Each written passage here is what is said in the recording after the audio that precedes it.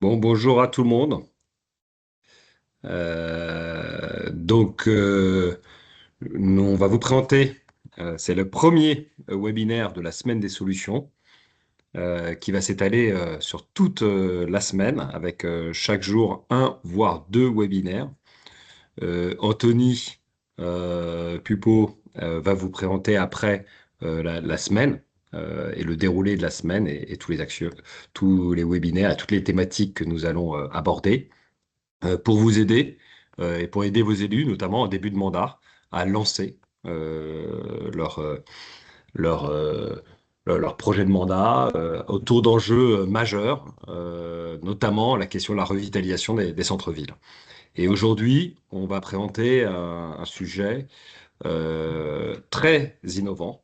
C'est comment on peut sauver et faire émerger de nouveaux commerces dans vos centres-villes grâce à la colocation commerciale.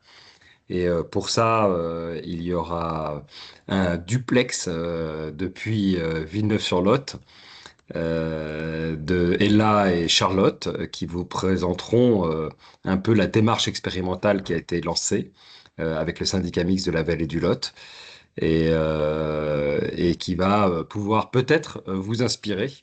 Voilà. Alors d'abord, vous parlez un peu avant que Anthony vous explique un peu le déroulé de la semaine, vous dire qui nous sommes les organisateurs de cette semaine des solutions. Nous sommes deux structures. Il y aura plusieurs autres structures qui interviendront, mais en tout cas, les structures organisatrices sont Incroyable Territoire et Mille Cafés. Aujourd'hui, c'est un webinaire organisé par Incroyable Territoire, puisque Mille Cafés intervient exclusivement dans des communes de moins de 3500 habitants, pour là où il n'y a plus de commerce. Et Incroyable Territoire intervient dans des centres-villes, de villes un peu plus grandes, jusqu'à quelque part 200 000 habitants parfois, même Paris, ça nous arrive, sur des enjeux de revitalisation commerciale, avec tout un ensemble de dispositifs que Anthony va vous présenter. Grosso modo, nous sommes deux structures du groupe SOS, mais Incroyable Territoire, particulièrement, est un spin-off d'Auxilia Conseil qui a été créé il y a 1 an et demi sur une conviction forte qu'on porte depuis quelques années, depuis exactement 8 ans, et même plus, parce que ça fait pour certains d'entre nous 20-25 ans que nous intervenons sur le développement économique territorial, c'est qu'il n'y a pas de territoire sans potentiel. Il n'y a que des territoires à remobiliser. Et donc c'est partant de ce postulat-là qu'on a construit l'offre d'Incroyable Territoire qui est de, quelque part, pouvoir libérer les énergies locales en aidant des projets à émerger et en aidant par la mobilisation collective de tous les écosystèmes territoriaux. Donc, nos valeurs, c'est le collectif, l'humain au cœur de chaque projet qu'on fait émerger sur les territoires. Évidemment, une énergie optimiste et positive, contagieuse. Pour ceux qui ont déjà participé à nos programmes d'accélération, qui dure 36 heures, à l'issue de ces 36 heures, il y a une belle énergie, les gens ont été ravis et heureux d'avoir participé à ces événements. Et, euh, et voilà. Et donc nous sommes convaincus que chaque territoire peut s'en sortir.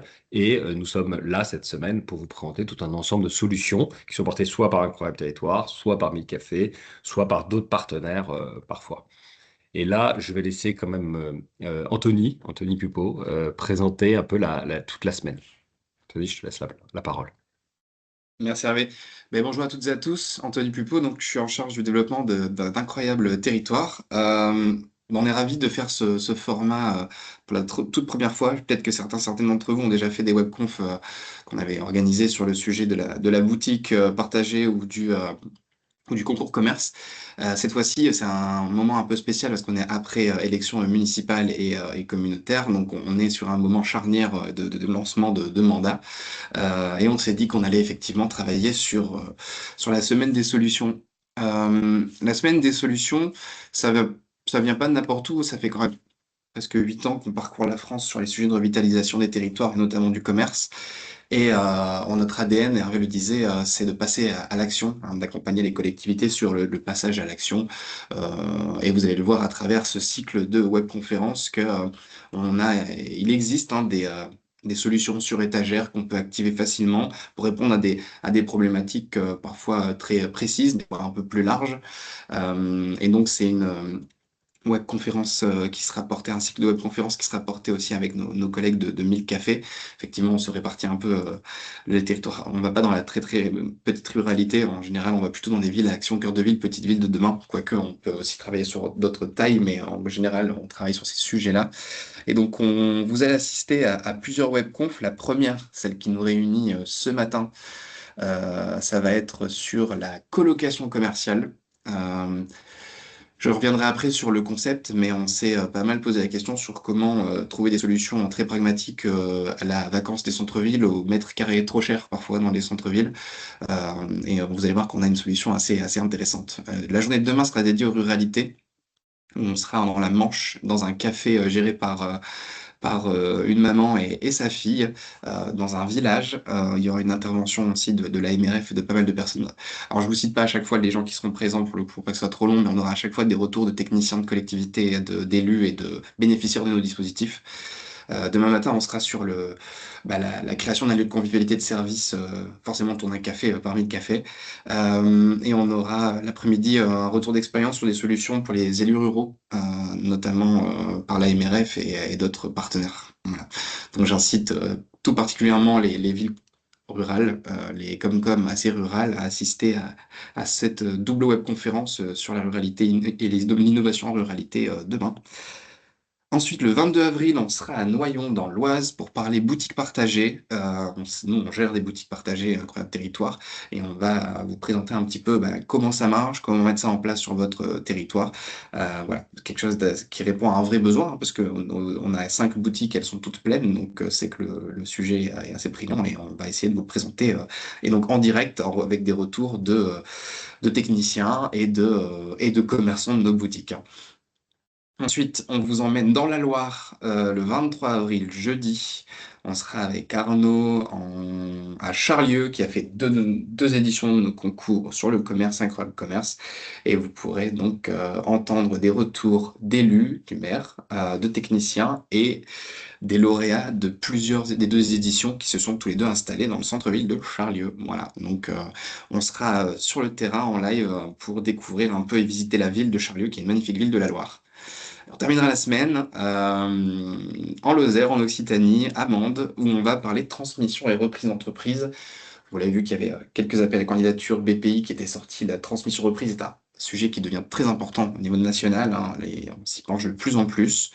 Et donc, on a lancé un dispositif il y a un an qu'on a testé en Lozère, un concours de transmission reprise d'entreprise qui nous a permis de transformer 50% des participants et de transmettre donc 4 entreprises en centre-ville de Mende, Lozère, et on aura le plaisir d'y être physiquement et d'aller rencontrer Hugo et Juliette qui ont repris un café un bar à jeux en centre-ville de Mende. Voilà un peu pour le programme. Et effectivement, on a un duplex, Hervé le disait, avec Ella Bassler et Charlotte Rousseau et Pierre-Marie Combette, le commerçant qui bénéficie du dispositif de colocation commerciale. Et là, je te passe la main donc en direct de Villeneuve-sur-Lot. Tout à fait. Merci beaucoup, Anthony. Donc, en effet, nous, on est à Villeneuve-sur-Lot. Je remercie d'ailleurs Pierre-Marie de nous accueillir donc dans son local, dans son commerce. Il nous en parlera un petit peu plus après. Mais donc, aujourd'hui, on est là pour parler d'un sujet concret qui est la colocation commerciale. C'est tout simplement comment permettre donc à des commerçants ou à des entrepreneurs de tester, de créer leur activité sans engagement, tout en permettant à d'autres commerçants donc de réduire potentiellement leurs charges ou encore de ne pas forcément être seuls dans leur commerce. Avant toute chose, on va donc rapidement demander à Charlotte, qui est à ma gauche, de se présenter. Et puis, on va poser quelques questions pour savoir comment ce dispositif de colocation commerciale il a pu émerger à Villeneuve-sur-Lot et les alentours. Bonjour à tous, donc Charlotte Rousseau, moi je suis chef de projet au Pays de la Vallée du Lot, territoire du Lot-et-Garonne. Donc on est un pays constitué de 5 EPCI, 133 communes. Et on a donc la charge de proposer, d'accompagner les intercommunalités et les territoires sur notamment des solutions de revitalisation. Voilà, donc ça fait depuis 2019 que je suis dans la structure et ça fait, peut-être après, mais ça fait depuis 2020 ou 2021 que je travaille avec Incroyable Territoire sur des solutions innovantes sur le territoire. Tout à fait. C'est ma prochaine question. En effet, ça fait plusieurs années maintenant qu'on travaille avec le syndicat mixte de la vallée du Lot. Et une petite question, du coup, Charlotte, pourquoi avoir choisi ou avoir saisi l'opportunité de collaborer sur certains programmes avec Incroyable Territoire? Qu'est-ce que ça vous a apporté, vous, ici?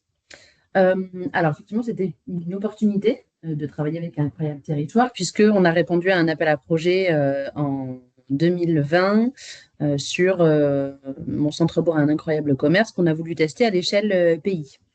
Donc, on a testé ce format-là, ça a bien fonctionné.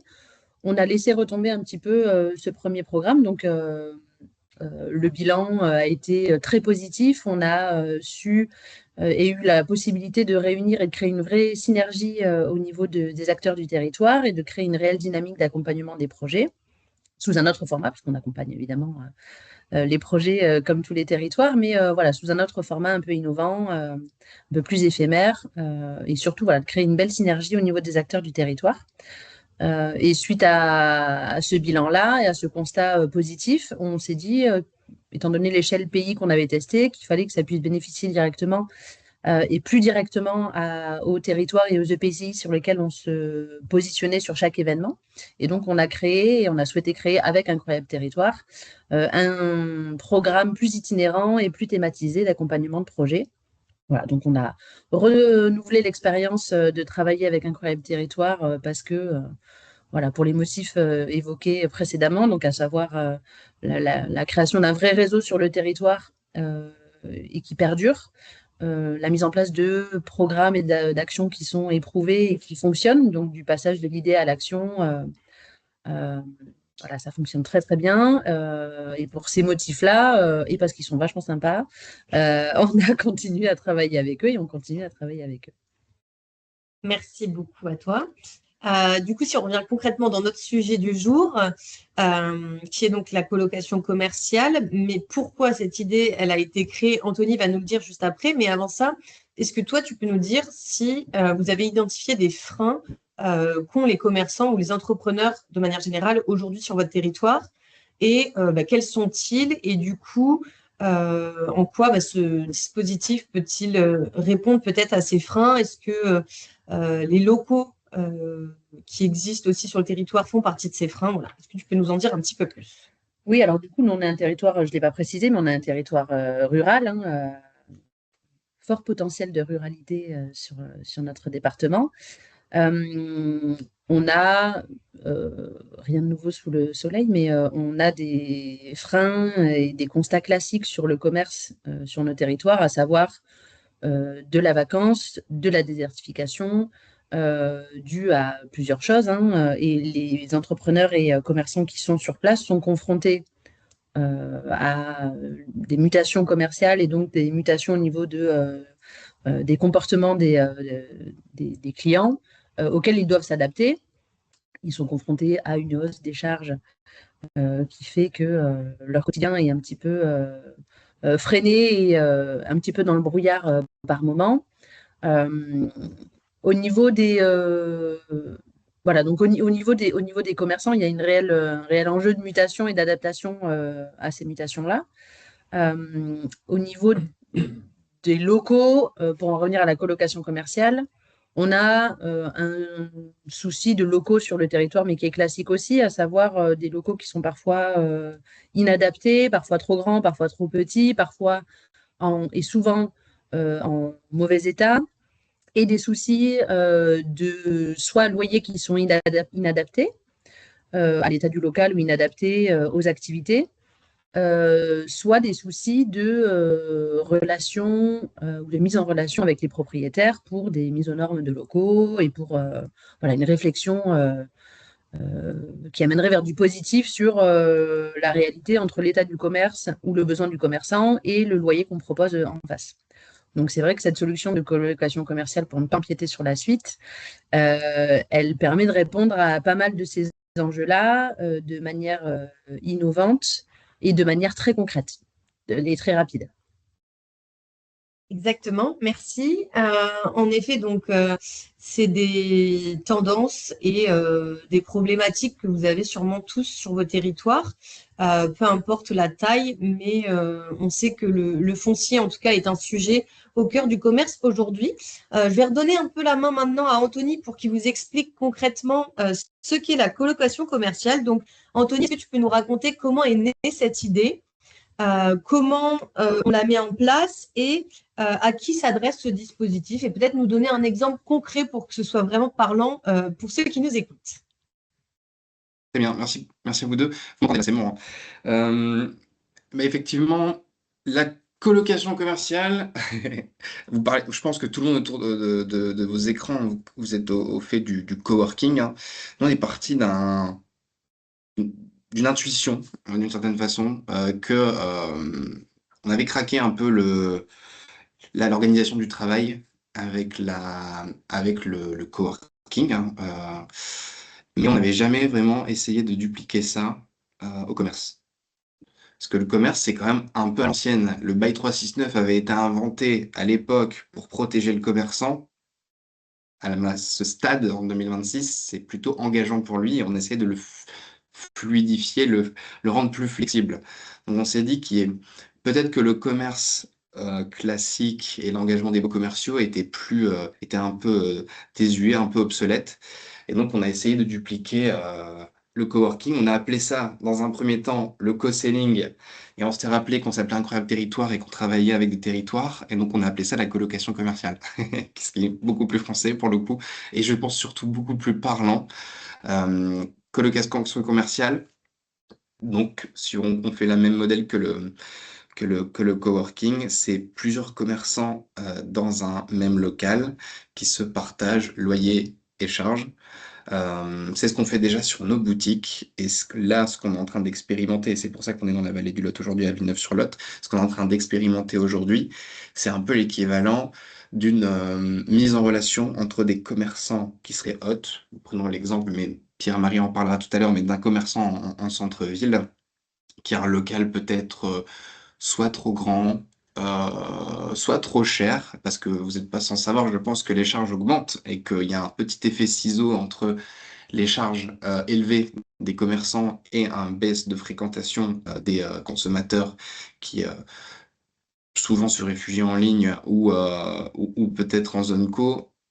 Et ceci étant, il y a ces deux effets ciseaux qui font que les commerçants voient leur chiffre d'affaires diminuer, ou du moins leur rentabilité diminuer, et il n'y a pas énormément de solutions, à part un peu une innovation d'usage que pourrait être la colocation commerciale.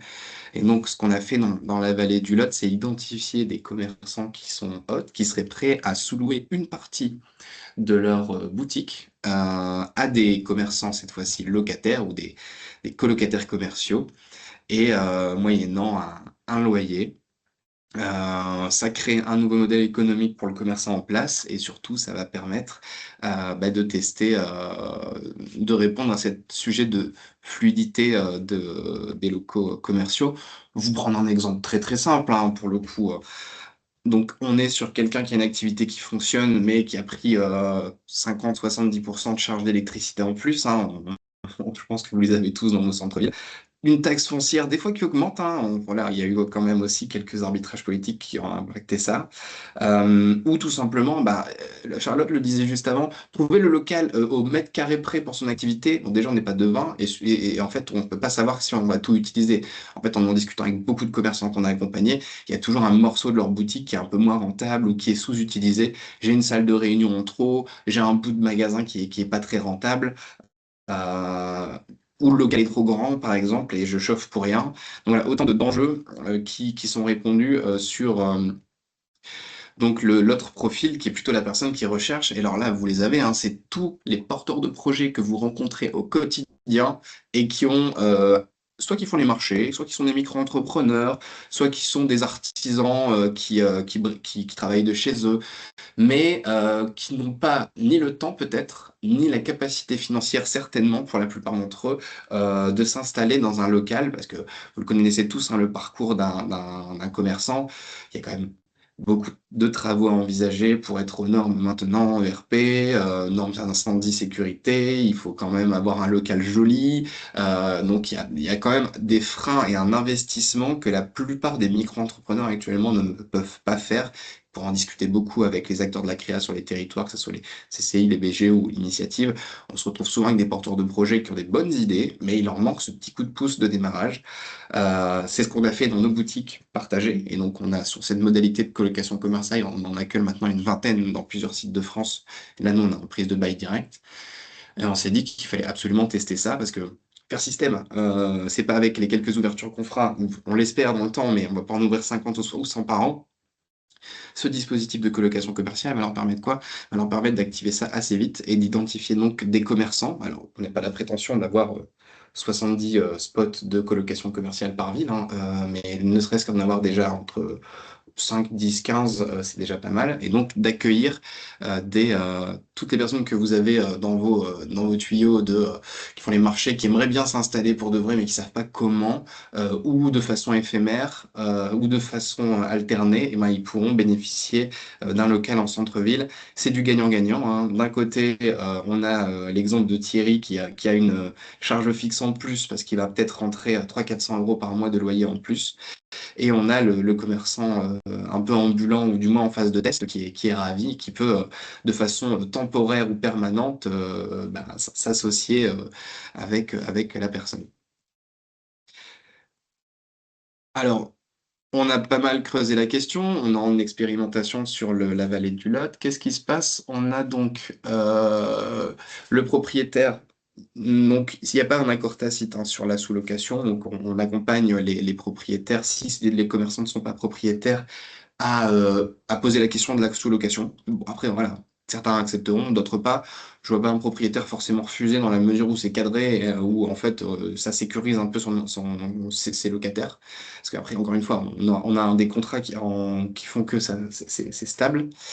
Euh, et puis le locataire, voilà, on l'accompagne, le commerçant hôte, on va l'accompagner sur la rédaction du bail de sous-location. Donc voilà, un petit sujet sur le proprio si le commerçant n'est pas propriétaire, mais qui n'est pas indépassable s'il y a un accord, bien sûr, hein, c'est à réserve du propriétaire. Et sinon, au locataire, on arrive à l'accompagner dans la rédaction donc un petit bail entre le colocataire, le commerçant hôte et le colocataire. Deux cas d'usage, hein, pour le coup. Je sais pas, on prenait l'exemple d'une librairie, on est sur un local de 100 mètres carrés.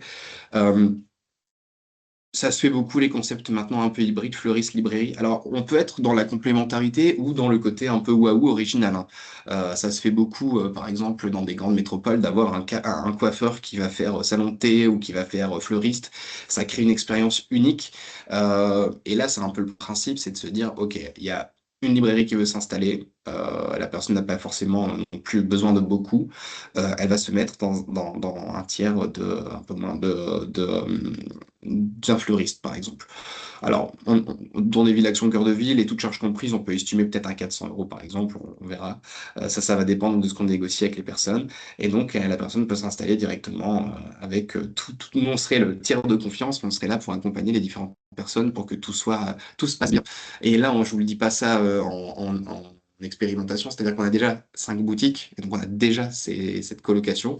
Et après 3 ans d'activité dans colocation avec des boutiques qu'on gère nous en direct, les gens travaillent plutôt bien ensemble. Et des fois certains qui se chamaillent un peu, mais on est là aussi pour gérer peut-être des fois les tensions. Mais globalement, après il y a 3 ans d'exercice, 5 boutiques, c'est plutôt au beau fixe, hein. Les gens gagnent leur vie. S'ils gagnent pas leur vie, ils peuvent partir de façon sans engagement. C'est un peu la même mécanique ici.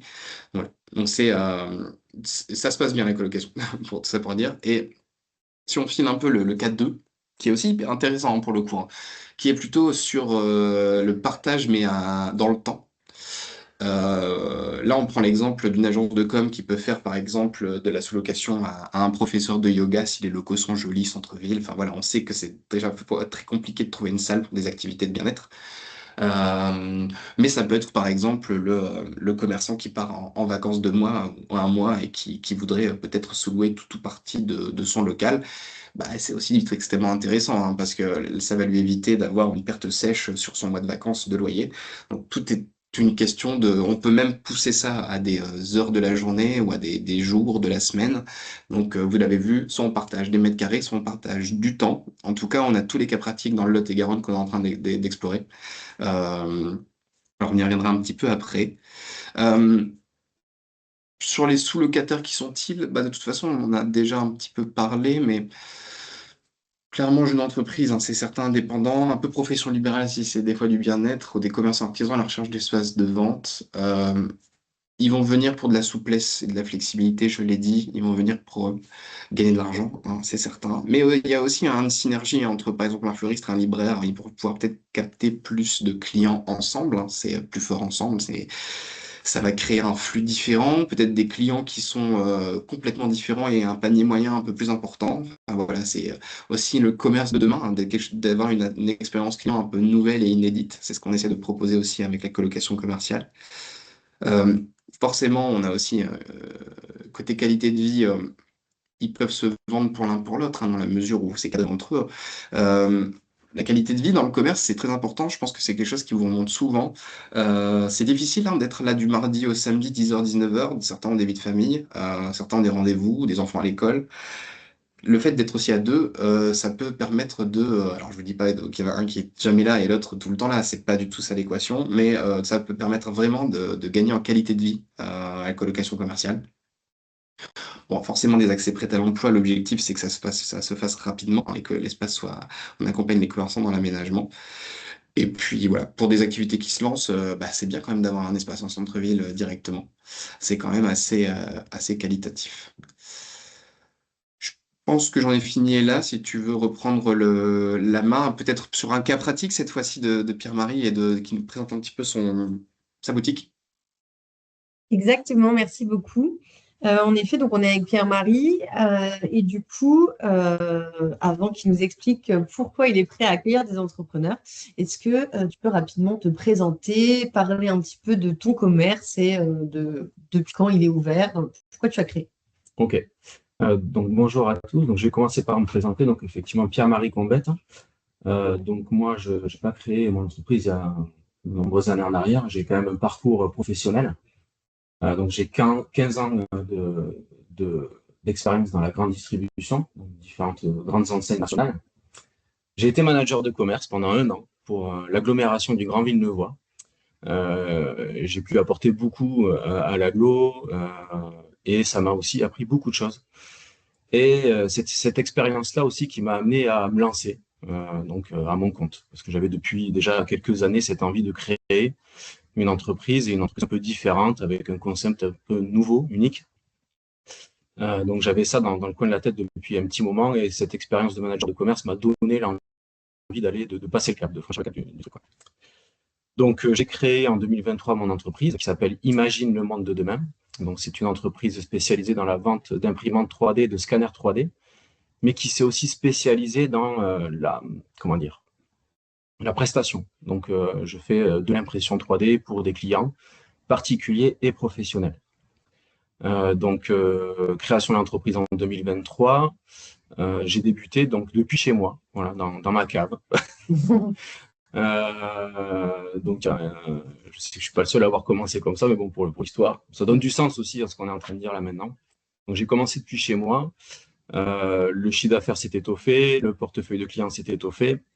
Et avec le temps, je me suis rendu compte qu'effectivement, recevoir des clients donc dans mon sous-sol, qui était bien aménagé, ça devenait un peu, à un moment donné, limite, et ça devenait aussi un frein pour certains clients professionnels. Et puis en plus de ça, je te coupe, mais en plus de ça, tu n'étais pas du tout en centre-bourg. Ah oui, j'étais complètement à peine d'âge à peine d'âge ruralité plus, et vraiment pas dans le centre du village, un peu excentré du village. Voilà, donc l'accessibilité n'était pas forcément au rendez-vous, la visibilité non plus, voilà. Et est venue au bout d'un moment la nécessité d'aller un peu plus loin avec un local commercial identifié, avec une vitrine, une enseigne. Et pour le coup, j'ai choisi en centre-ville.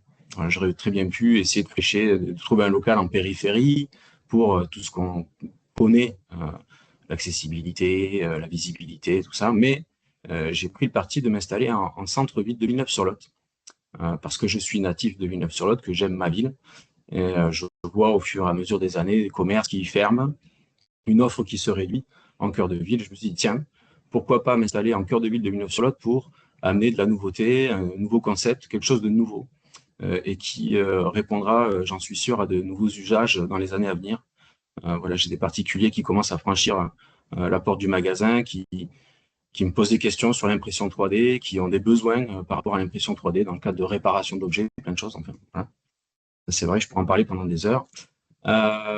Mais voilà, donc Quand tu as ouvert ici?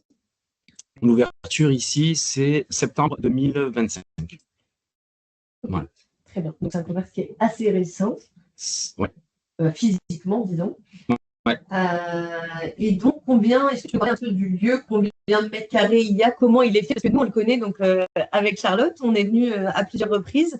C'est vrai que c'est un lieu qui est quand même un petit peu atypique, parce qu'il y a tout le bâtiment qui est potentiellement ouvert à de la colocation, mais je vais laisser Pierre-Marie en parler. Ouais, donc effectivement, on est en cœur de ville, donc c'est un immeuble centre-ville avec un rez-de-chaussée, puis des étages. Donc aujourd'hui, moi, j'occupe principalement la partie boutique visible par les clients, donc ça fait à peu près 30 mètres carrés. Et il y a l'arrière-boutique, donc qui est aménagée en atelier, on pourrait dire en Fab Lab pour ceux qui connaissent, de 30 mètres carrés aussi. Donc on a 60 mètres carrés sur la chaussée, puis 60 mètres carrés sur un premier niveau, et éventuellement, encore une fois, on pourrait aller chercher 60 mètres carrés de plus sur un deuxième niveau. Donc ce lieu, en fait, il est largement évolutif avec du potentiel. Et des outils qui pourraient être partagés aussi. Aujourd'hui, j'ai un parc de machines, j'ai des outils variés, donc pour des gens qui sont des créatifs ou quoi, qui pourraient être partagés. Tout à fait. C'est vrai que là, on rentre dans... Pierre-Marie, à lui seul, disons, peut correspondre à plusieurs profils de colocation commerciale, que ce soit en partageant des outils, en partageant de l'espace, en partageant du temps, vu que le local est propice à plusieurs activités. Mais du coup, on va pouvoir les imaginer juste après. Et toi, du coup, comment tu as, pourquoi tu as voulu, ou en tout cas tenté d'expérimenter cette colocation commerciale à nos côtés? Qu'est-ce qui t'a donné envie, ou en tout cas, pourquoi tu t'es dit, pourquoi pas, ça ne me coûte rien, allons-y. Alors du coup, il y a plusieurs motifs. Je peux peut-être me rattraper si je me perds. Alors déjà, il y a l'opportunité, effectivement, de pouvoir partager les charges. Ça a bien été expliqué dès le départ. Aujourd'hui, on a des charges qui augmentent. Donc, il y a le foncier, mais pas que, la CFE pour les entreprises, l'eau, l'électricité. Voilà, on a tout un tas de charges qui s'additionnent et qui viennent, qui effectivement, des fois, les coûts ont tendance à augmenter. Donc, il y a cette opportunité de pouvoir partager les charges. Ensuite, il y a aussi l'offre. Effectivement, moi, je propose aujourd'hui une offre dans ma boutique. L'avantage d'avoir une personne avec moi en colocation commerciale serait d'étoffer cette offre, de proposer d'autres choses. Ensuite, il y a la question aussi des plages horaires. Vous l'aviez dit tout à l'heure, moi, je suis solopreneur, mais des fois, j'ai des rendez-vous en extérieur, j'ai des clients professionnels, j'ai des animations en extérieur. Par exemple, ce week-end, le magasin était fermé parce que j'étais en extérieur. Ces temps-là, la boutique est fermée. Donc, les gens passent devant la boutique et ça peut effectivement véhiculer une mauvaise image. Tiens, mais voilà, encore quelqu'un qui ouvre, mais c'est jamais ouvert. Voilà, on a un magasin, mais qui est fermé. Donc, le fait d'être à plusieurs, effectivement, ça peut lutter contre ça et avoir des plages horaires standards, comme peut avoir un Leclerc, un Auchan, 8h30, 19h30. Voilà, parce qu'on est plusieurs. Autre opportunité, donc le choix, les horaires, le fait de faire un gain effectivement sur les coûts, c'est à peu près tout. Maintenant aussi, il y a le partage, le fait de pouvoir partager aussi avec quelqu'un d'autre. Des fois, on est tout seul, on est là un peu la tête dans le guidon. Et le fait d'être à plusieurs dans un lieu aussi, ça va venir peut-être... casser cette solitude que l'entrepreneur a généralement. Ouais, vraiment.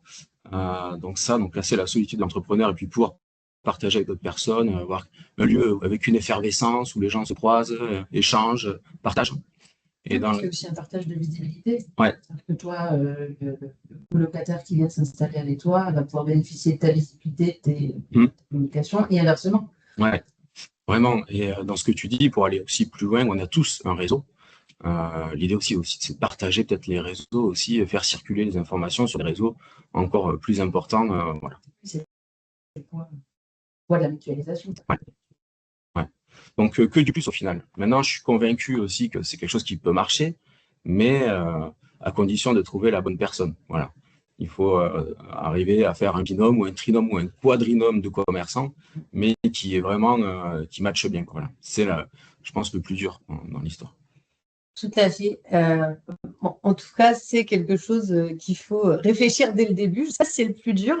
Finalement, c'est ce qu'on croyait aussi dans nos boutiques, mais ça se met plutôt bien en place quand c'est aussi structuré. Par contre, il y a une structure et même administrative, je pense, à mettre en place. Vous le voyez donc que c'est pas finalement simplement pour réduire des charges qu'un commerçant est prêt à faire ça. Il y a plein de raisons derrière. Il y a aussi de la visibilité, du partage de manière générale, casser la solitude. Et du coup, ici, qu'est-ce qu'on pourrait imaginer? Donc là, Charlotte, Pierre-Marie, comme vous connaissez tous les deux très bien le local, ça va vous donner des exemples concrets de ce qu'est la colocation. Ce n'est pas simplement partager des mètres carrés. Qu'est-ce qu'on pourrait imaginer dans ce local? Est-ce que tu veux que je commence? Oui, je peux rebondir. Moi, j'y suis pas dans le local, lui, il travaille, donc il a peut-être sa vision à lui, mais on va partager notre vision. Nous, quand on est rentré avec Ella et qu'on a accueilli Pierre-Marie dans ce programme-là, Pierre-Marie qu'on connaissait déjà, qui a participé à d'autres programmes, on s'est dit qu'on avait, alors encore une fois, c'est une expérimentation sur le territoire, hein, donc on part de zéro et on construit tout ça avec l'équipe et puis avec les commerçants et porteurs de projets qui nous accompagnent dans ce programme-là. Au départ, on était parti avec l'idée d'une colocation basique je te mets à disposition un certain nombre de mètres carrés dans ma boutique sur ma surface de vente ou des plages horaires sur mon local. Et puis quand on est rentré, il nous a fait visiter son local et en fait, vraiment, c'est ce que disait Ella tout à l'heure, il y a un gros potentiel de développement de colocation commerciale et de développement de la structure à terme. Parce que l'objectif de la colocation commerciale, c'est de donner la possibilité à des porteurs de projets de se lancer et que le commerçant hôte puisse y trouver aussi son compte. Hein, c'est une démarche qui est gagnant-gagnant. Mais c'est aussi de faire évoluer les structures et d'organiser les activités, l'implantation des activités sur les territoires. Donc, on s'est dit, format classique de colocation commerciale. Et puis finalement, on s'est dit, vu la configuration de la boutique, est-ce qu'on part plutôt sur du partage, parce qu'il a des machines qui prennent de la place, ça demande peut-être une réorganisation. Est-ce qu'on peut mettre du linéaire commercial peut-être, plutôt qu'une réelle surface et un réel partage d'espace? Et puis, il le disait tout à l'heure, il y a toute la partie arrière-boutique avec toutes les machines, où on s'est dit, pourquoi est-ce qu'on ne proposerait pas de la location, de la sous-location de machines en mode Fab Lab? Ouais. Et puis après, il y a ton étage où, oui, il y a des travaux à opérer, mais ça peut se faire dans plusieurs temps. Et l'idée, c'était peut-être, nous, on a vu vraiment le potentiel et on l'a vu tous les trois de création d'un espace de créateurs, en fait. Ouais, clairement, oui, parce que ça donne du sens, il y a un lien pour que cette effervescence fonctionne, l'émulation et tout ce qui va avec. Effectivement, ça serait qu'on arrive à flécher des porteurs de projets qui ont un lien avec ce que je fais ou qui auraient une appétence pour tout ça, effectivement, qui puissent aussi utiliser mes machines, qui pourraient être aussi mises à profit. Voilà. Oui, ce serait créer un espèce d'espace de maison de. Comment est-ce qu'on avait appelé ça? Une sorte de résidence d'artistes, de créateurs. De créateurs, effectivement, le stipuler comme ça. Ça, ce serait le projet idéal, mais étape par étape, je pense peut-être avec, dans un premier temps, louer quelques mètres linéaires dans la boutique, rencontrer d'autres créateurs du coup, et petit à petit mettre un projet en place, et en même temps créer aussi la relation de confiance dont Pierre-Marie parlait, pour vraiment être à l'aise avec ces personnes. Donc, vous voyez, il y a plein de choses qui sont possibles en fonction des espaces. Maintenant, est-ce que demain, si tu avais un commerçant face à toi qui hésitait à sous-louer son espace pour certaines craintes, que ce soit lié à l'administratif ou la peur de partager, que ce soit compliqué, qu'est-ce que tu lui dirais? Bon, effectivement, il ne faut pas avoir peur franchir ce cap-là, que ça peut être que du plus. Effectivement, le partage, mener des actions à plusieurs, c'est toujours bénéfique. Il y a toujours du bon à prendre, en fait, dans toute, tout le monde a des idées. Enfin, donc, c'est vraiment du plus, quoi. À un moment donné, aller accueillir une personne dans son local, pour moi, ça peut être que du plus. Quoi. Je vois pas qu'est-ce qui peut être un frein, en fait. Je vois pas. Tout à fait. Donc, je pense que c'est la solidarité avant tout et l'idée de faire à plusieurs, de toute façon, peut que permettre à tout le monde de grandir sur cette solution ou une autre, mais du moins d'avancer. Juste, je rebondis, j'en profite par rapport à la question, est-ce que tu disais, Pierre-Marie. Alors, il peut y avoir des freins quand on est commerçant, parce qu'on se dit, si je laisse ma boutique, il y a une question de sécurité, une question d'assurance, voilà, une question de confiance. Donc, il peut y avoir des freins et des réticences. Il y a le côté aussi administratif de je suis pas propriétaire, il faut que je vois avec mon propriétaire si effectivement la sous-location est possible. Quel contrat, rédiger le contrat. Bon, voilà, il y a quand même tout un tas de choses à mettre en place. Qui est administratif. Ouais. Et puis il y a aussi, voilà, quand on est commerçant tout seul, soit c'est une opportunité qui se présente de colocation, sinon on sait, hein, quand on est commerçant et entrepreneur et solopreneur, on a peu de temps pour aller entamer ses démarches, pour trouver quelqu'un. Alors, désolé, je vais faire un peu la promo, mais l'avantage d'un programme comme ça, c'est que du coup, le commerçant et les porteurs de projets sont vraiment identifiés et sont vraiment accompagnés. La colocation commerciale, c'est quelque chose qui existe déjà depuis très longtemps. Les artisans le pratiquent beaucoup. C'est pas quelque chose qui est nouveau. Là, le gros avantage, c'est qu'il y a la détection des porteurs, la détection des locaux, il y a l'accompagnement sur la modularité des espaces à sous-louer, sur quel prix on va fixer pour sous-louer, quel est le juste prix de sous-location.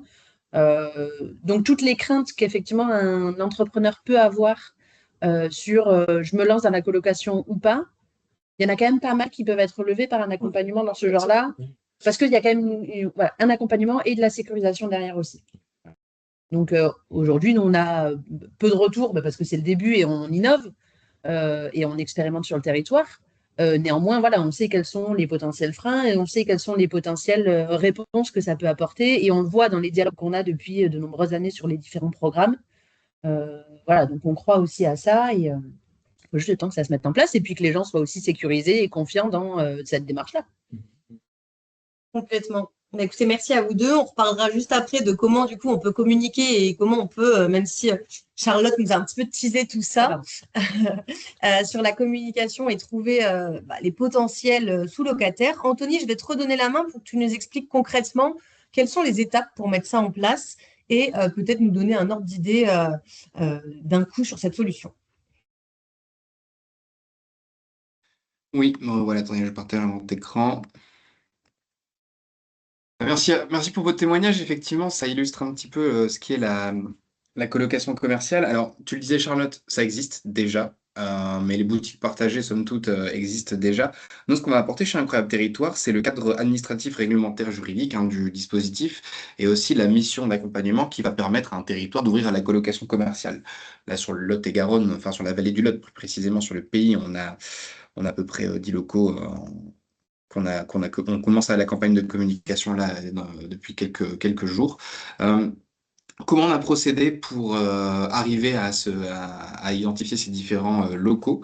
Donc, déjà, ce qu'on fait tout le temps et qui marche beaucoup sur nos concours, c'est de réunir via un lancement en physique dans la ville tous les acteurs du commerce. Donc, forcément les associations de commerçants, les élus, mais aussi les banquiers, assureurs, experts comptables, chambres de commerce, CCI, BGE, enfin voilà, tous les acteurs avec qui vous travaillez au quotidien. On va déjà leur présenter la démarche, parce qu'on n'est pas seul dans cette mission, hein, c'est vraiment une mobilisation globale du territoire. On lance un appel à candidature qui va permettre d'identifier les commerçants hôtes. On n'a pas eu tant de mal que ça à les trouver. Il faut quand même que les espaces soient sympathiques. Alors, on va pas non plus louer la réserve Glock où il n'y a pas de chauffage et les trous dans les murs, hein. On va essayer d'éviter. On va essayer d'accompagner les commerçants qui candidateront sur peut-être on va dire d'une étagère, hein, si on veut juste louer une petite étagère et jusqu'à peut-être la boutique complète sur quelques mois ou des mètres carrés. Ça, à l'identifier avec la personne, mais on va aller les voir pour les faire un petit casting. Donc, il y aura un comité de sélection, un accompagnement à la détection de ces espaces de sous-location. Et on va essayer d'en faire une belle promotion pour trouver le couple parfait.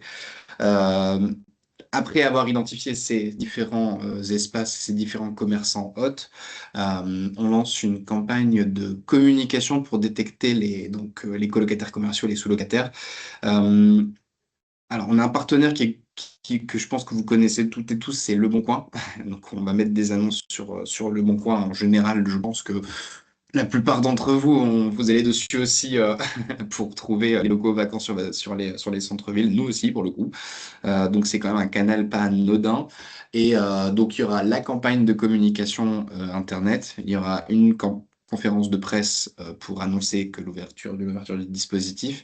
Et je l'ai cité à la réunion de lancement tout l'écosystème de partenaires qui vont nous permettre d'identifier des porteurs de projets. Et au-delà aussi, vous, manager de commerce ou chargé de mission Petite Ville de demain, Action Cœur de Ville, vous avez aussi quand même beaucoup de commerçants ou de porteurs de projets que vous connaissez qui font les marchés et qui sont à la recherche de lieux d'installation. Donc c'est pour vous, d'une certaine façon, la possibilité d'ouvrir peut-être 5, 10, 15 nouveaux espaces à louer sur votre territoire sans qu'il y ait non plus une inertie incroyable. Parce que quand nous, on peut toujours se mettre en route sur des boutiques à laisser ou d'autres dispositifs, ça peut le faire aussi. Là, on est sur quelque chose de plus léger, activable, je pense, assez rapidement et surtout sur plusieurs spots différents. Donc, je pense que tout coexiste un peu en termes de solutions sur le commerce.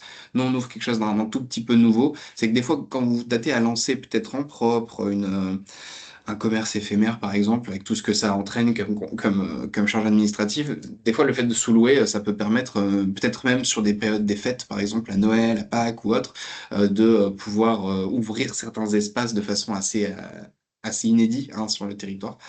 Donc, on a cette campagne de communication et donc on organise un temps de rencontre officiel pour que les sous-locataires et puis les commerçants hôtes se rencontrent pour un peu créer des couples. Alors, à ce stade, Charlotte, tu le disais, c'est assez frais hein, dans la vallée du Lot. On est en train d'avancer aussi avec une métropole pour déployer ça à l'échelle d'une métropole, parce qu'on essaye dans un territoire un peu rural, on va essayer à l'échelle d'une grande métropole, on verra aussi. En tout cas, ce dispositif, à notre sens, c'est un peu l'avenir du commerce. Je ne suis pas sûr qu'on arrivera tous ensemble à trouver la solution sur le e-commerce, les zones commerciales, le montant des loyers. Bon, il y a des initiatives qui existent, hein, l'encadrement des loyers, les taxes, etc. Mais si on veut répondre de façon pragmatique, si on est un élu ou un technicien de collectivité et qu'on a envie un peu de rebattre les cartes du prix des locaux commerciaux, de la disponibilité des locaux commerciaux dans son centre-ville, la colocation commerciale, ça peut permettre de maintenir un commerçant en place qui irait peut-être pas bien, plein de raisons, tout simplement parce que ça tombe, il y a moins de clients, mais que son activité est toujours attendue, mais ça peut permettre de mettre une petite rustine sur un chiffre d'affaires en baisse en ayant une sous-location et donc des charges fixes tous les mois en plus, et ça peut permettre aussi d'accueillir de façon temporaire ou permanente des commerçants, des micro-entrepreneurs, des artisans qui ne se seraient jamais installés en centre-ville sans avoir cette petite facilité d'installation, parce que on le voit dans les boutiques, clairement, les personnes ne seraient pas installées sans avoir une offre un peu flexible de ce type. Voilà un petit peu sur l'activation. Donc, à ce stade, on n'a pas de prix de mission complètement fixe. Donc nous, Incroyable Territoire, vous l'avez compris, on fait cette mission avec vous. On est tiers de confiance, on rédige les baux et on lance la campagne de communication. Donc dans un futur peut-être proche, on aimerait bien avoir un outil qui nous permet de générer ça automatiquement, hein, peut-être une plateforme ou autre, mais là, à ce stade, on n'y est pas encore. Ce qu'on essaye, c'est de faire des tests. On est persuadé que ça marche dans des territoires ruraux, que ça marchera probablement aussi dans des métropoles, donc il y a des chances que ça marche à peu près partout, du moment où il y a un centre-ville et qui est des usages à intensifier un petit peu sur les mètres carrés commerciaux dans les centres-villes. Donc, si des collectivités sont intéressées pour expérimenter ça avec nous, on pourra faire une approche un peu à façon à ce stade, avant comme sur les concours, les boutiques, on soit un peu standardisé sur notre approche. Là, à ce stade, on teste cette innovation, qu'on a envie d'essaimer un peu partout en France. On le voit, ça marche, hein. On a de l'attente, on a de l'intérêt. Et je reviens, ça peut être une solution très opérationnelle à mettre en place au début de mandat pour apporter une solution à des commerçants. Que ce soit des commerçants en place qui iraient peut-être pas bien, parce qu'il n'y a pas quand même 50 solutions de les aider. Là, on leur donne potentiellement un locataire, donc ça les sécurise un petit peu. Ou peut-être des commerçants en place qui aimeraient bien s'installer sans savoir trop comment. Et là, on leur propose aussi une solution, voilà, à double entrée sur ce. Et qui sait, on n'a pas le recul, mais ça rebattra peut-être un petit peu les cartes des mètres carrés commerciaux en centre-ville. Est-ce que ça aura un impact sur le prix des loyers? Là, on crée une offre nouvelle sur un marché de l'immobilier qui est un peu stable, hein. Alors, si vous avez des projets de construction dans les villes, mais en général dans les périmètres ORT ou dans les centres-villes anciens, on ne construit pas forcément d'immeubles, donc on est un peu contraint par notre offre commerciale, à part si vous faites voilà, qu'il y a des foncières qui retravaillent et tout ça, mais on est sur des cas particuliers. Là, on recrée d'une certaine façon, on active des mètres carrés commerciaux qui n'étaient pas loués, quoi. Voilà un petit peu. Et là, tu voulais revenir un petit peu sur l'impact, je crois, et puis on fera un temps de questions-réponses si ça vous va. Donc, c'était donné 1h30, il est 55, donc on sera à peu près bon.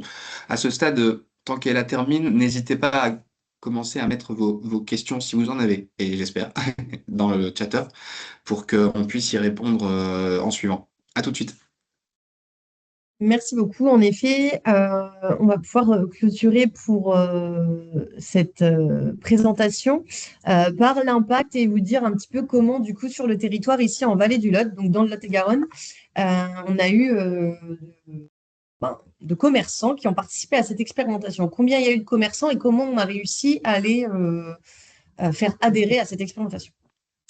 Du coup, dans les différentes étapes de construction de ce programme, la première étape, ça a été de faire savoir pour lancer cette expérimentation et cet accompagnement sur notre territoire.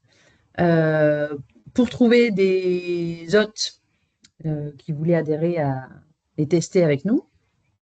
Et ensuite, de trouver des porteurs de projets à mettre en face de ces commerçants hôtes. Donc, on a 11 commerçants aujourd'hui qui ont déposé leur annonce de colocation commerciale, donc qu'on est allé rencontrer et qui ont été accompagnés pour adapter leurs besoins et leurs locaux afin de proposer l'offre la plus judicieuse et la plus juste en termes de prix et en termes de possibilités. Donc, on a vraiment, sur les 11 commerçants qui proposent leur local en sous-location, on a des profils vachement variés, autant sur les activités que sur les localisations, puisqu'on est sur l'ensemble du territoire de la Vallée du Lot, donc autant au centre-ville de Villeneuve-sur-Lot, qui est l'agglomération principale, que dans des bourgs beaucoup plus reculés.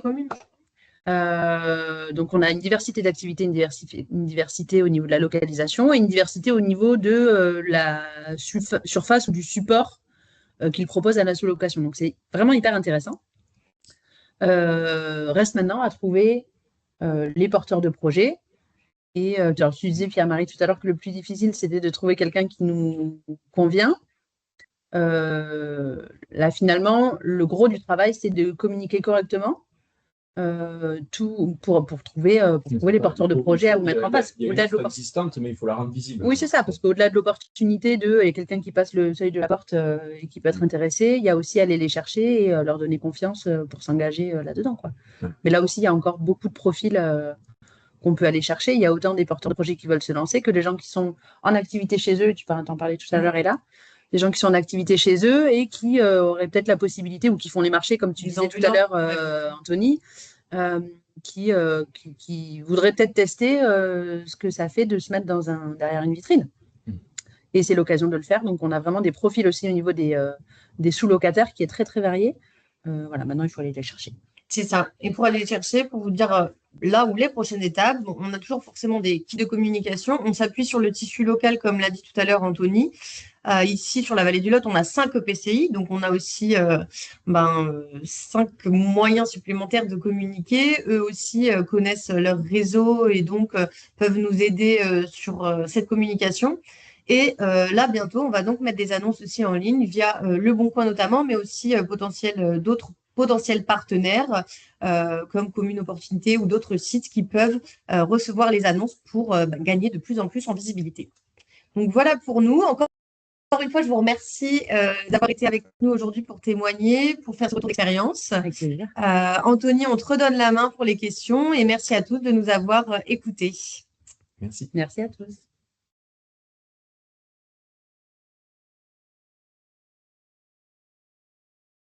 Voilà, donc si vous avez des questions, c'est le moment. On se donne 1 heure et demie. Là, on a encore un petit peu de temps pour les questions. Si vous en avez, n'hésitez pas. Je tends vos questions.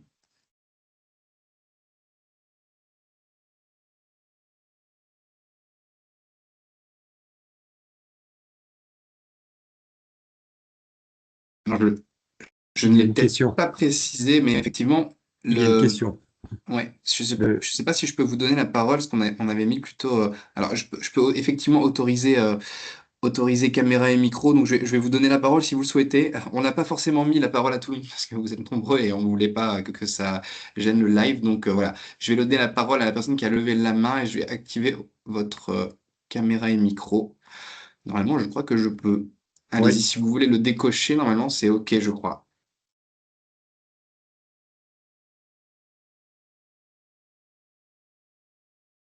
Je crois que c'est Yves Madrenes. Essayez de mettre votre caméra, Yves, s'il vous plaît. Normalement, c'est bon pour vous, je crois. Caméra et micro.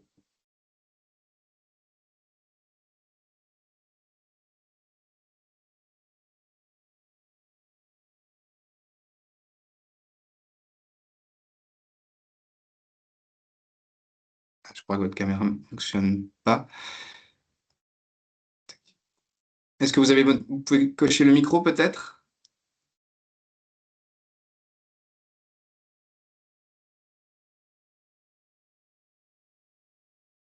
J'ai l'impression que ça ne Est-ce que vous fonctionne. m'entendez? Là, on vous entend.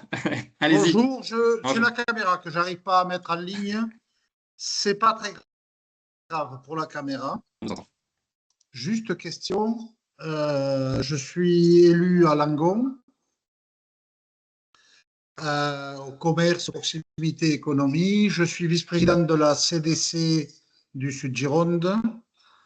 Et dans votre exposé, quel soutien pouvons-nous avoir? À qui se référer pour avoir un fil conducteur, un cheminement pour lancer cette opération? Bah, à ce stade, c'est nous, hein, je pense que Oui, Alors, Langon, je ne sais pas si vous vous en rappelez ou si vous y aviez. Je regardé les élections récemment, on avait fait une édition du concours à Langon en 2021, je crois, du concours commerce. Donc, je connais bien, c'était moi qui l'avais animé à l'époque. Et oui, effectivement, donc nous, là, le but, c'est de lancer une mission, un accompagnement avec la collectivité pour mettre la solution en place. Comme je le disais, habituellement, on a quelque chose qui est très sur étagère. Vu que là, on est en expérimentation avec le Lot-et-Garonne, on n'a pas encore exactement chiffré le déploiement de la mission, dans la mesure où, si c'est à l'échelle d'une ville, là, vous êtes petite ville de demain, effectivement, pas très loin de Bordeaux, c'est complètement différent que de si on est, par exemple, une métropole avec 1 million d'habitants, quoi. Et si on ouvre 10 espaces ou 150, c'est un peu difficile pour nous c'est pas exactement la même mission, donc on laissait un peu ça en échange avec les élus. Donc, si vous voulez, Yves, qu'on en échange, avec grand plaisir pour voir comment mettre en place cette solution à Langon. oui, oui, on le fera. Ça marche. Ben, C'est bon. on va vous écrire très rapidement. Alors, je ne sais pas si vous avez vu, mais Arnaud Perel, qui est notre collègue d'Incroyable Territoire, a mis un lien dans le chatter, dans la conversation, qui vous permet de prendre rendez-vous directement avec l'équipe. Alors, c'est juste pour dire que des fois, quand on passe à une autre réunion, après, on oublie. Alors, on va vous renvoyer le récap et il y aura un replay de la webconf. Mais si vous avez envie de prendre rendez-vous tout de suite avec nous, histoire de ne pas oublier, et ben faites-le, il n'y a pas de problème. Et Yves, effectivement, je reviendrai vers vous. Je crois qu'il y avait Karine Lochon qui avait aussi levé la main. Je crois que si tout se passe bien, j'ai désactivé, enfin, je vous ai donné l'autorisation pour micro-caméra, donc allez-y, Karine, si vous voulez.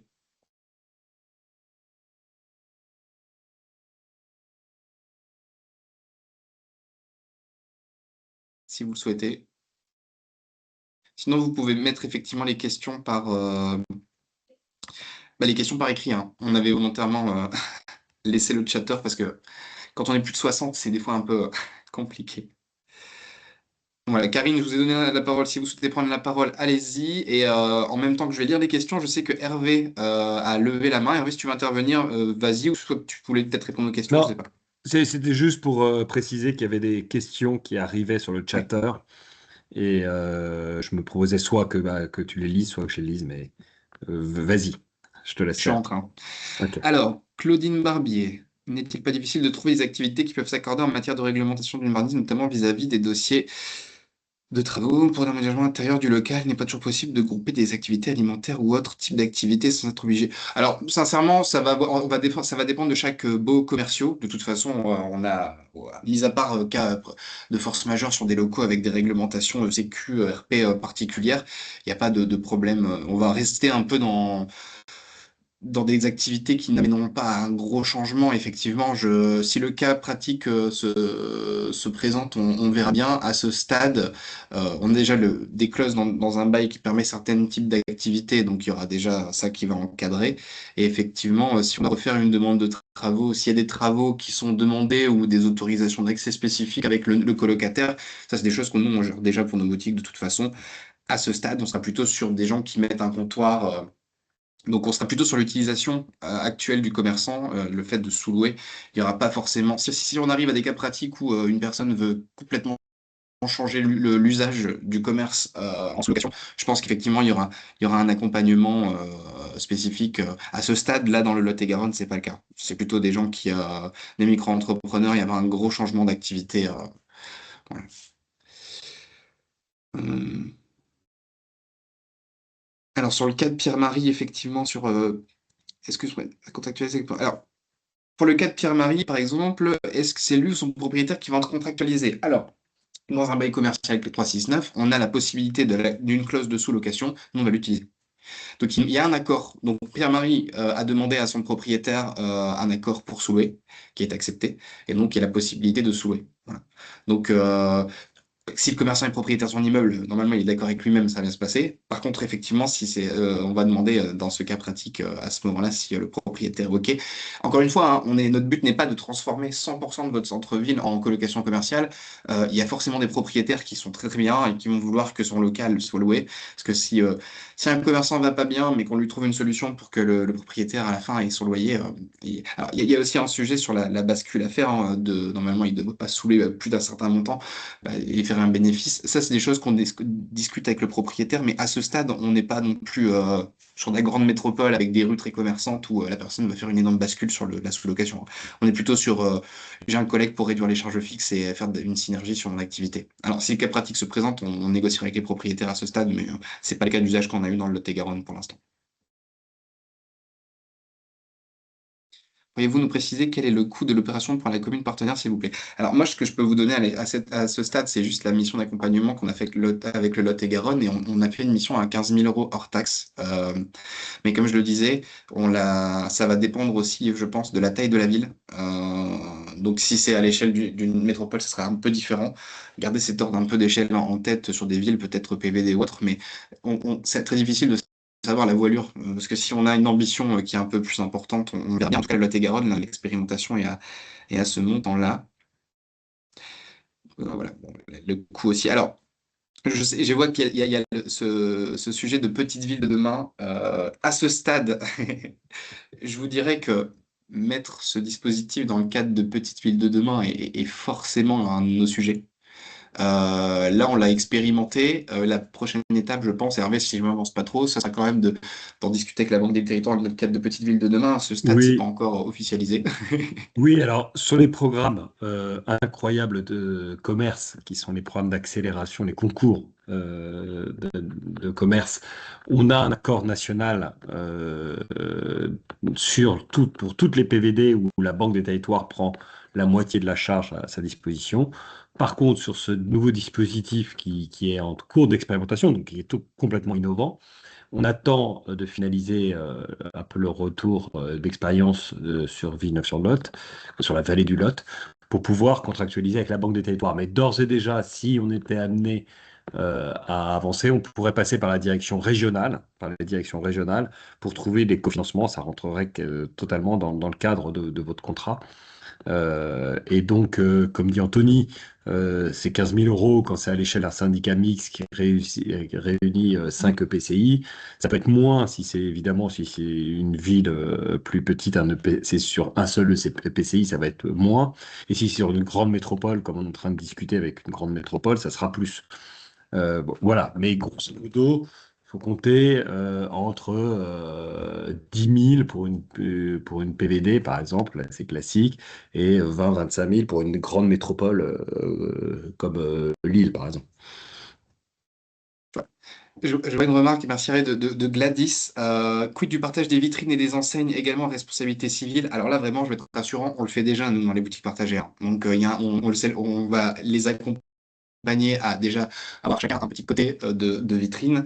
Et effectivement, dans les mécaniques de commerçant hôte, le but, c'est pas de changer l'enseigne, ça va plutôt être d'intégrer la personne avec peut-être une vitrine et avoir un espace avec peut-être un panneau intérieur. À ce stade, je dis pas que ça arrivera peut-être pas, mais à ce stade, je pense que parce que si les gens s'installent ensemble, peut-être qu'il y aura une enseigne qui sera partagée. À ce stade, il s'agit surtout d'intégrer dans un commerce existant un colocataire. Il ne s'agit pas forcément de diviser par deux et d'avoir chacun un morceau de boutique. Donc, dans nos boutiques partagées, on compose des vitrines en complémentarité. C'est-à-dire que, je ne sais pas, je prenais l'exemple tout à l'heure d'un fleuriste qui pourrait faire intervenir une librairie. Je pense que la déco dans une vitrine entre fleuriste et livre, ça se fait. Ça se fait, franchement. Donc, ça va même apporter un côté un peu nouveau, un peu frais, un peu innovant à la vitrine. Ce qu'on évite de faire, c'est chacun chez soi, vraiment, on essaie de créer une vitrine lisible. Et après, dans les espaces du magasin, ça va dépendre de l'usage, mais si ça dépend s'ils ont, genre, il y en a un qui est là le mardi, l'autre le mercredi, par exemple. Mais dans nos boutiques, on a chacun chez soi, hein, dans un espace de 15 à 30 mètres carrés. On essaie d'avoir des meubles cohérents, bien entendu. Et donc voilà, chacun chez soi. Et sur les très simples, hein, responsabilités civiles, il y a une RC Pro, il y a un contrat de sous-location, il n'y a aucun problème. C'est-à-dire qu'on va vérifier que la personne a une assurance IRD, responsabilité civile pro, mais normalement, ils l'ont tous. Donc, tout le monde sera couvert au montant de stock, au montant de... Là, vraiment, on l'a fait. On a 20 commerçants dans 5 boutiques en France. C'est des choses qu'on fait au quotidien. Et donc, aucun problème. Les assureurs sont OK, hein, il n'y a pas de frein. C'est un peu le même type d'assurance dans des coworking après tout, hein. Donc si la personne a une RC Pro, normalement c'est bon. On peut aller plus loin jusqu'à l'incendie, tout ça, ça va dépendre des activités, de l'assurance de stock, mais sincèrement pas de frein majeur là-dessus. RC, c'est responsabilité civile, hein, Oui. pour ceux qui... Alors, il y a un vrai sujet aussi effectivement, sur la valeur du bail. À ce stade, il y aura dans le contrat un élément qui précisera que la personne ne pourra pas valoriser la bail, hein. Le but, je pense, mais alors, attention, encore une fois, je pense que vous êtes tous au quotidien avec des commerçants dans les centres-villes. La valeur d'un pas de porte en 2026 dans une PVD, sincèrement, je ne suis pas sûr que là, quand vous le verrez, si vous participez vendredi à la transmission reprise et la réunion qu'on animera avec Arnaud à Mans dans Lozère, mais je pense que le principal sujet, ça va être surtout de permettre à des personnes de tester les activités en centre-ville. Si la personne en colocation marche bien, ça n'empêchera pas de prendre un bail et de s'installer peut-être plus loin dans la ville tout seul. Mais à ce stade, nous, on l'a vu pour... Ouais. Ouais, vas-y, Hervé, pardon. Oui, c'est le locataire principal qui récupère effectivement C'est ça. la valeur commerciale, le pas de porte, et pas le sous-locataire, effectivement. Au mieux, Hervé Mais Laroche. aujourd'hui, la valeur des fonds de commerce et des pas de porte se réduit malheureusement à peau de chagrin progressivement. C'est ça. Et donc, et en plus, peu importe si la personne part. En fait, c'est souvent des solo-entrepreneurs, hein, donc pour le coup, en général, ils s'installent ailleurs s'ils veulent être plus grands et ça se passe bien. Il y a une question sur la responsabilité civile. Bon, je vais vite là-dessus. Effectivement, de toute façon, s'ils sont immatriculés, normalement, même un micro-entrepreneur a une responsabilité civile professionnelle, hein, quoi qu'il arrive. Donc, ils auront une RC Pro. Bon, si c'est des assos, ils l'ont aussi de toute façon, normalement. Donc, il y a pas de, il faut qu'ils aient une assurance. Quoi qu'il arrive, même quand ils font les marchés, ils ont besoin d'avoir une RC Pro, une responsabilité civile pro, normalement. Est-ce que vous pouvez nous parler en quelques mots des boutiques partagées déjà existantes? Alors, je vais pas faire je vais continuer sur le français, un divulgacher et pas spoiler la, la conférence qu'Hervé aura le plaisir d'animer depuis Noyon dans l'Oise, mais on sera justement mercredi en live de la boutique de Noyon où on a 8 commerçants sur 100 mètres carrés, en plein centre-ville d'une petite ville de Demain dans l'Oise, donc Noyon. Vous aurez l'occasion de rencontrer Hervé présentera le dispositif et vous aurez l'occasion de rencontrer la chef de projet Petite Ville de Demain, Estelle, qui a piloté le projet avec nous, et aussi des commerçants en place qui vous témoigneront un petit peu de l'expérience en colocation commerciale dans une de nos boutiques des Hauts-de-France. Ouais, pour peut-être répondre un tout petit peu et Mm. teaser un peu cet événement, mademoiselle ou Madame Tétard, pardon. Globalement, on a 5 boutiques, donc à Barbezieux-Saint-Hilaire, à Noyon, à Cambrai, à Vitry-le-François et Chaumont et bientôt Caudry et bientôt Mende. Donc Mm. on est plutôt bientôt à 7 boutiques. Les boutiques sont globalement des espaces qui sont entre 100 et 150 mètres carrés dans lesquels on met entre 6 et 9 ou 10 porteurs de projets. Et il y a 4 typologies d'activités qui sont accueillies. Il y a des activités autour de la mode déco, de la mode, pardon, de la déco, de l'alimentaire et les services à la personne. C'est les 4 grands univers qu'on a. Et le type et le profil de porteurs de projets qui viennent là, c'est souvent des micro-entrepreneurs, des indépendants, des artisans qui, seuls, ont du mal à avoir un modèle économique qui leur permette de prendre un espace, une boutique tout seul. Hein, une boutique seule, hein, c'est quand même minimum 500, 600 euros de loyer, minimum, plus l'assurance, plus les charges. Au final, sur un bail 369, donc assez bloquant pour quelqu'un qui veut tester son activité. Et donc, cette boutique partagée, c'est la possibilité pour des entrepreneurs de se lancer, de tester son activité sans engagement, puisque on casse le bail 369 en permettant de la flexibilité contractuelle et en prenant exactement la superficie qui répond à leurs besoins, puisqu'on divise la boutique en autant d'espace que l'on peut en fonction des besoins de chaque porteur de projet. Donc on évolue, c'est un concept qui marche très bien puisqu'aujourd'hui, à l'exception de Vitry-François où il nous reste une toute petite place, et Mm. encore, je crois qu'il y a quelqu'un qui arrive dans un mois. Il y a un bubble tea qui arrive la semaine Ouais, prochaine. voilà, donc ça sera rempli. Il y a à Barbezieux-Saint-Hilaire, qui est une ville de 4000 habitants, donc quand même assez, c'est la plus petite qu'on ait. Il nous reste aussi un petit espace qu'on peut louer. Sinon, les autres sont remplis. Donc, c'est un dispositif qui fonctionne très bien et qu'on vous présentera avec grand plaisir à 14 heures mercredi. Vous pouvez, Arnaud vous partage les horaires. Donc, vous pouvez cliquer sur les liens que Arnaud vous partage et vous inscrire si vous n'êtes pas d'ores et déjà inscrit à cette conférence. Eh bien, écoutez, je ne Parfait. sais pas s'il y a d'autres questions sur la colocation commerciale. En tout cas, on est persuadé dans l'équipe que c'est un changement d'usage qui est très intéressant à mettre en place, qui est pragmatique, qui va permettre de porter une réponse efficace et rapide dans les centres-villes. Parce que vous le savez que la taxe sur les friches, ça prend du temps à mettre en place. Les renouvellements urbains ou de centre-ville ou les travaux, ça prend aussi beaucoup de temps dans le mandat. Nous, on s'est dit qu'on voulait quelque chose d'opérationnel rapidement et potentiellement, oui, peut-être que en 3 ou 4 mois, on peut arriver à ouvrir, à activer des nouveaux espaces à louer dans les centres-villes.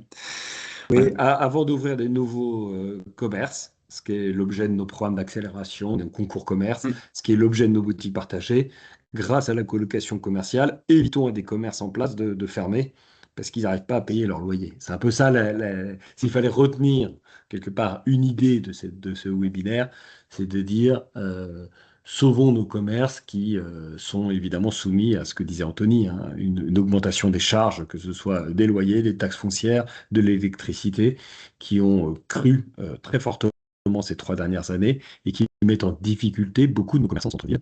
Et donc, en partageant leurs locaux avec d'autres commerçants, d'autres porteurs de projets, ils garantissent de pouvoir pérenniser leur activité en centre-ville. Et c'était un pari c'est exactement le même modèle qu'Airbnb pour le logement, hein, permettent d'avoir des revenus supplémentaires en sous-louant dans le temps ou une superficie sa boutique pour pouvoir garantir sa pérennité. C'est exactement ça, sauf que nous, on est une asso et on n'est pas Airbnb. Oui, on est une On est des association, gentils. effectivement. Et on n'est pas une start-up américaine. Exactement.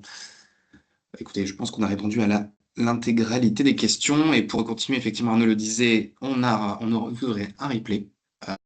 Et comme on le disait, le lien de réservation de rendez-vous dans nos agendas est là où vous pouvez tout simplement nous écrire, hein. On sera ravis d'aller plus loin avec vous et d'expérimenter peut-être en ce début de mandat municipal quelques centres-villes de France sur la colocation. On lance un peu voilà, ce sujet au niveau national. C'est pas encore très connu. On aimerait bien que ça prenne une dimension un peu nationale par la suite. Eh bien, écoutez, merci beaucoup. Et j'espère que vous suivrez le reste de la semaine et que ça vous a donné envie, du moins, cette webconférence, de continuer la semaine. De toute façon, si vous n'êtes pas dispo, il y aura des replays aussi pour les autres webconf. Donc, j'ai envie de vous dire à demain pour la ruralité, si c'est le cas, ou sinon, un mercredi à Noyon avec Hervé. Au À revoir, bientôt. Au revoir. bientôt.